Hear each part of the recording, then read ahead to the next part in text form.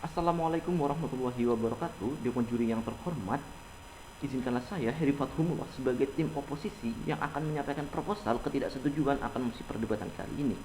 Di mana mosi perdebatan kali ini yaitu ketika pemerintah mendatangkan TKA sebagai pekerja untuk mempercepat proyek strategis nasional di tengah-tengah pandemi, kami menyatakan ketidaksetujuan akan mosi perdebatan kali ini yaitu dengan dua landasan utama berpikir kami. Yang pertama yaitu bertentangan dengan nilai-nilai Pancasila, dan yang kedua terkait dengan akan berpotensi melanggar peraturan perundang-undangan. Dewan Juri yang terhormat. Dewan Juri yang terhormat, yang pertama saya akan menjelaskan terkait dengan pertentangannya dengan nilai-nilai Pancasila, di mana kita ketahui sila kelima Pancasila yaitu keadilan sosial bagi seluruh rakyat Indonesia, di mana sejatinya keadilan merupakan kewajiban pemerintah untuk memberikan pemenuhan terhadap seluruh warga masyarakat Indonesia.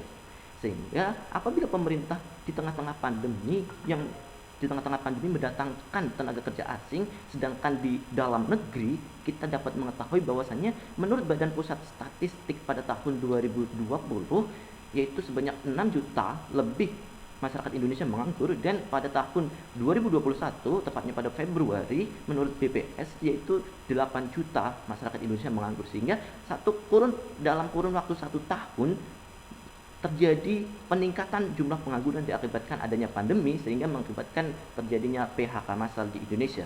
Sehingga hal tersebut bertentangan dengan kondisi yang terjadi apabila pemerintah mendatangkan TKA, sedangkan masyarakat Indonesia itu sendiri banyak yang menganggur, banyak yang terkena PHK, sehingga hal tersebut mencerminkan nilai-nilai keadilan tidak dijalankan oleh pemerintah itu sendiri terhadap masyarakatnya Indonesia itu sendiri. Pun ketika kita melihat fakta ataupun statement dari tim pemerintah bahwasanya mereka beralasan bahwasanya mendatangkan TKA adalah mereka pekerja yang memiliki tingkat profesional dan skill yang tinggi. Hal tersebut tentunya tidak relevan dengan perdebatan kali ini ketika kita melihat fakta yang ada di Indonesia bahwasanya banyak sekali pekerja-pekerja yang dipekerjakan sebagai pekerja kasar. Tenaga kerja asing tersebut dipekerjakan sebagai tenaga kerja kasar di Indonesia. Seperti data yang kami himpun dari KSPI atau Konfederasi Serikat Pekerja Indonesia, di mana sebanyak 124.000 pekerja asing tersebut merupakan sebagai pekerja kasar. Pun ketika kita melihat alasan pemerintah, apakah masyarakat Indonesia tidak memiliki skill yang tinggi? Tentunya ini menjadi pertanyaan. Ketika kita bandingkan dengan fakta yang ada di Indonesia, banyak sekali masyarakat Indonesia yang memiliki skill tinggi, profesionalis tinggi, memiliki pendidikan tinggi. Mengapa tidak dipekerjakan? Mengapa harus mendatangkan pekerja asing? Tentunya hal tersebut menjadi sebuah pertanyaan besar.